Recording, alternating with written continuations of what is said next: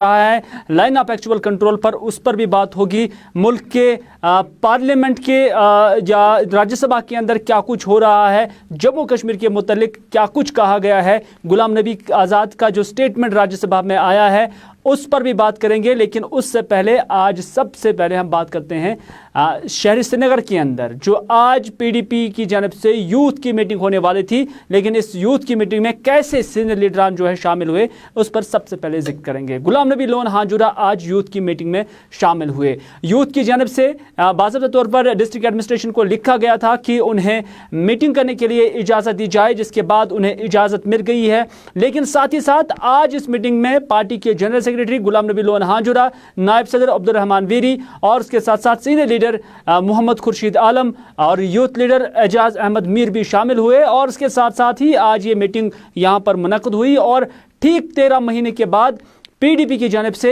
इस तरह की मीटिंग मुनक्कद हुई जहां पर पार्टी के सीनियर लीडरान भी आज मौजूद थे। हालांकि ये मीटिंग अगरचे यूथ की थी, लेकिन ये सिर्फ इस कॉन्टेक्स्ट में आज यहाँ सीनियर लीडरान शामिल हुए क्योंकि कल ही मुल्क के सबसे बड़े पार्लियामेंट में सरकार ने, होम मिनिस्ट्री ने यह दावा किया था कि जम्मू कश्मीर के अंदर कोई भी पॉलिटिकल लीडर पाबंद सलासल नहीं है और कोई भी लीडर जो है हाउस डिटेंशन में नहीं है। और इसका तोड़ करने के लिए आज पीडीपी ने इस तरह की कोशिश की है। गुलाम नबी लोन हांजुरा जब घर से निकले तो उन्हें कुछ सिक्योरिटी के जो एहलकार है वो विजुअल्स आप भी देख रहे हैं अभी कि उसमें उन्हें रोकने की कोशिश की थी। आप ठीक तरह से देख सकते हैं कि जब गेट के बाहर निकल रहे हैं गुलाम नबी लोन हांजुरा और उसके बाद उन्हें रोका जा रहा है एक जो पुलिस एहलकार है, लेकिन उसके बावजूद वो वहाँ पर अपनी फैमिली के ज़रिए इस गाड़ी में जाने में कामयाब हो जाते हैं और उसके बाद ये सीधे जो ये गाड़ी है ये पीडीपी ऑफिस जाती है। हालांकि माना जा रहा है, जो ज़रा के हवाले से खबर आ रही है कि ये गाड़ी भी गुलाम नबी लोन हांजुरा की नहीं है जिसमें वो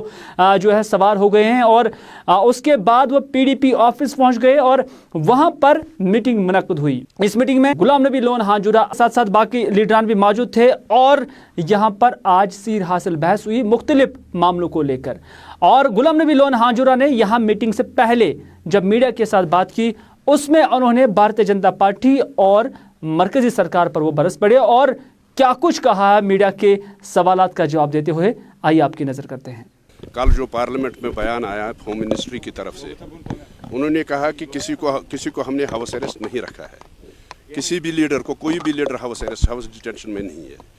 तो उस जो उनका जवाब था उसको के मद्देनज़र हमने आज कोशिश की घर से निकलने की। हालांकि सिक्योरिटी वालों ने मुझे अपने गेट पर रोका भी, लेकिन मैंने उनको विस्क किया और मैं निकल गया, प्राइवेट गाड़ी में निकल गया और यहाँ ऑफिस में पहुँच गया। लेकिन ये जो विदाउट सिक्योरिटी, कोई सिक्योरिटी मेरे साथ नहीं है, कोई पीएसओ नहीं है, कोई सिक्योरिटी नहीं है, कोई गाड़ी नहीं है, मैं प्राइवेट गाड़ी में आया हूँ। और इससे ये पता चलता है कि गवर्नमेंट ऑफ इंडिया पार्लियामेंट में, जो पार्लियामेंट हिंदुस्तान का जो बड़ा पार्लियामेंट है और माना जाता है कि जमहूरियत जो है हिंदुस्तान में पनप रही है, लेकिन अफसोस इस बात का है कि पार्लियामेंट में जवाब देने के बाद भी कि कोई हाउस अरेस्ट नहीं है, आज हमारे कई लीडरों को बाहर नहीं जाने दिया गया। मैं भी ये समझो कि मैं भी चोरी आ गया यहाँ, क्योंकि यहाँ मीटिंग रखी थी हमारे यूथ ने, हमारे नौजवान हैं, पीडीपी यूथ विंग है, उन्होंने मीटिंग रखी थी और मैंने तहिया किया था कि मैं आज निकलूँगा और ये इनका झूठ का पलंदा जो है ये बाहर आ जाए कि कोई भी हाउस अरेस्ट नहीं है। जबकि 13 महीने, 13.5 महीने से मैं 13.5 महीने के बाद निकला हूँ घर से। और ये झूठ इनका पूरी दुनिया को पता चलना चाहे कि ये कितना झूठ बोलते हैं। अभी तकरीबन 20 जो हमारे लीडरान हैं वो नज़रबंद हैं, जो घरों में नज़रबंद है। उसके अलावा हमारी जो प्रेसिडेंट है महबूबा जी, उस पर PSA लगाया गया है, वो भी अरेस्ट है, वो भी डिटेंशन में है, तो वो भी पिछले 13 महीने से हैं। उसके बगैर 20 लीडर जो हमारे हैं वो हाउस अरेस्ट है। देखिए, मैं आपको साफ ये बताऊंगा कि मुझे नहीं पता, I will not talk about other political parties, क्योंकि यहाँ सिचुएशन ऐसी है इस जम्मू कश्मीर में इस वक्त कि हर एक पार्टी जो है, हर एक लीडर जो है वो बहुत परेशान है।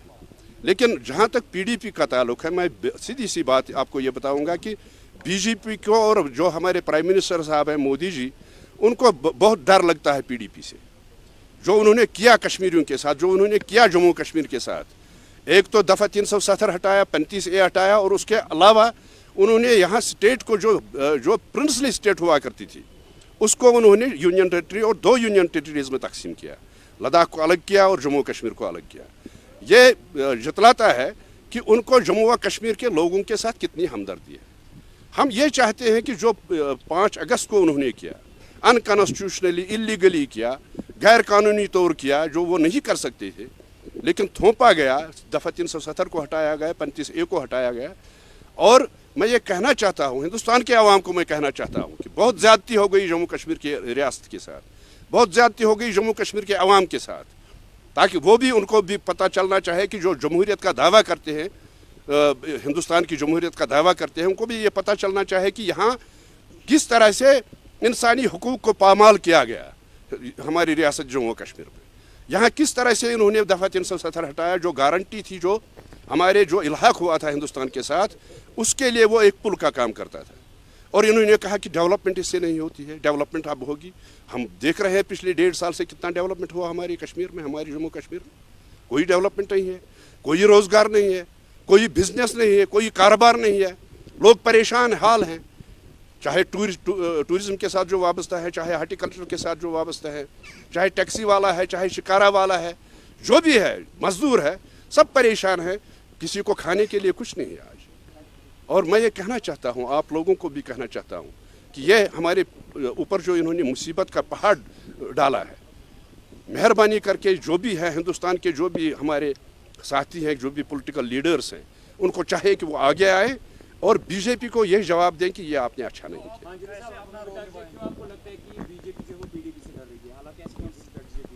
स्ट्रेटजी ये है कि हम ये चाहते हैं कि जो 5 अगस्त 2019 की जो पोजीशन थी वो बहाल हो जाए, और उनको लगता है कि ये स्ट्राइव करेंगे, ये जदोजहद करेंगे, और हमने भी तहिया किया है कि हम जदोजहद करेंगे और ये कोशिश करेंगे हम कि दफ़ा 370 और 35 से वापस आना। देखिए, मैं नेशनल कॉन्फ्रेंस के बात नहीं करूंगा क्योंकि उनकी अलग पार्टी है, लेकिन ये बात ज़रूर है कि जो डिक्लेरेशन हो गई है, ये गुपकार डिक्लेरेशन, हम उसके वादाबंद हैं। जो फारूक साहब ने भी कहा, जब उनको रिहा किया गया तो उन्होंने भी कहा कि जो हमने डिक्लेरेशन 4 अगस्त को की थी, 4 अगस्त 2019 को की थी, हम उसके पाबंद हैं।